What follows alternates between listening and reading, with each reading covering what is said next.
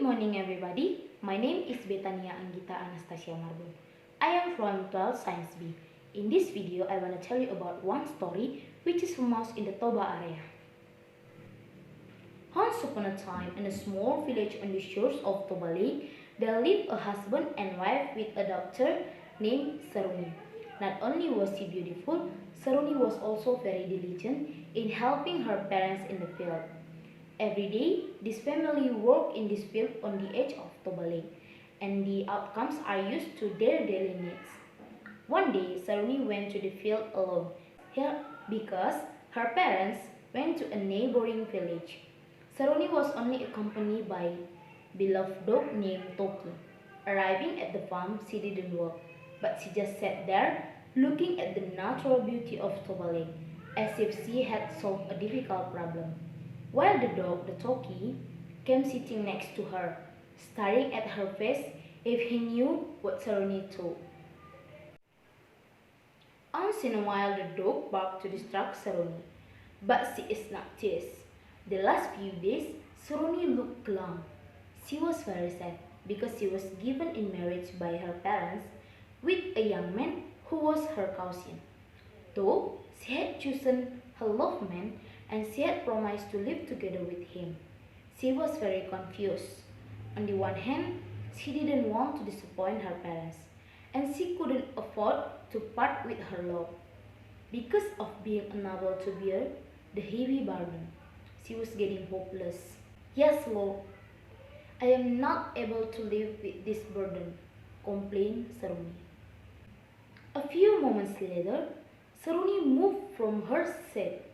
With tears, she walked slowly toward the Lake Toba. Apparently, she wanted to end her life by jumping into the lakes, and the Toki followed her master from behind while barking. With a mind raging, Saruni walked toward the cliff of Lake Toba without paying attention to the road in its path.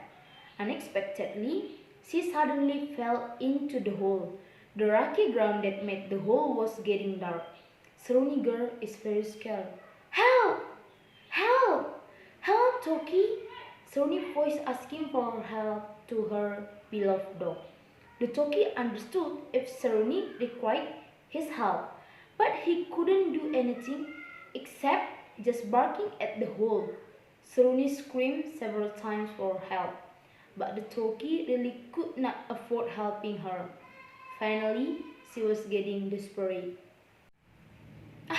"I'd rather die than alive a long time to suffer," Saruni resigned. Rock walls were moving ever closer. "Parapat! Parapat! Parapat!" ordered Saruni to press her body with the stone.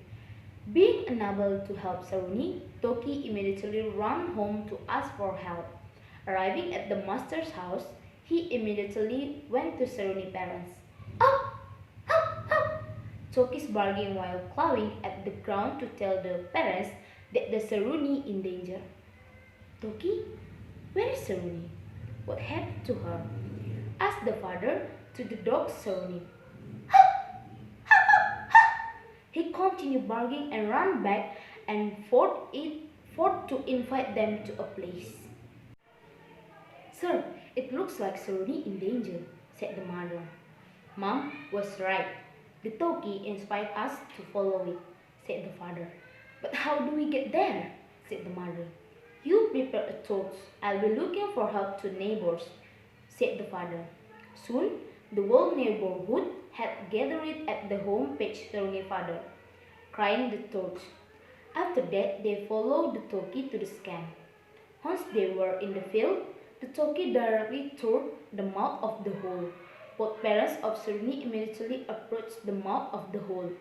What a surprise when they saw a hole big enough rock on the edge of their field. In the pit was heard the faint sound of a woman, "Parapat! Parapat! Parapat!" the stone. "Listen to that voice. That voice is of our child," Saruni's mother cried frantically.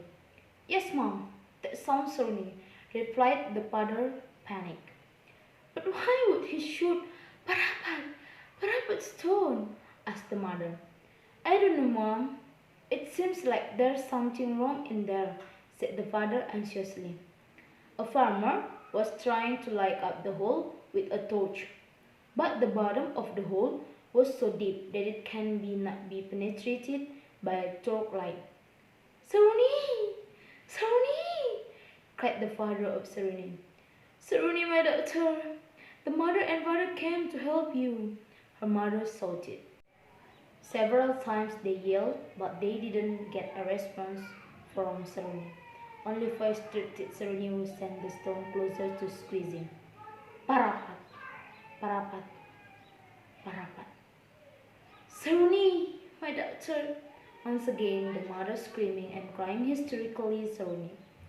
People in attendance at the place were trying to help. One held ropes to the bottom of the hole, but the slab wasn't touched at all. Saruni's brother, increasingly concerned with the state of her father, he also decided to follow her foray into the rock pit. Mom, hold the torch, command of the father. Where do you want to go? Asked the mother. I'm following the Saruni into the hole, he replied firmly. No, Dad, it's dangerous, said the mom.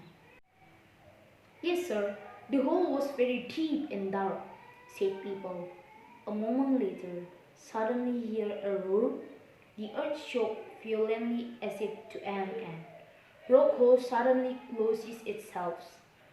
The cliffs at the edge of Lake Toba was falling. Saruni's father and mother and all the people ran thither to escape. They left the mouth of the hole broke, so that poor Saruni could not be rescued from the crash of rock. Sometime after the earthquake stopped, suddenly appeared a lake rock that resembles a girl's body and as if hanging on the wall of the cliff at the edge of Lake Toba. Local people believe that the stone is the embodiment Saruni operated in the hole. By those stones were then given the name Hanging Rock, Batu Gantung. A few days later, fame spread the word about the events that befell her. The people flocked to the camp to see the Hanging Rock is. Residents who witnessed the incident told other people that before the hole was closed, a voice, Parapat, Parapat, Parapat stone. Thanks for your attention to see and hear my story about Hanging Rock or Batu Gantung. I say thank you.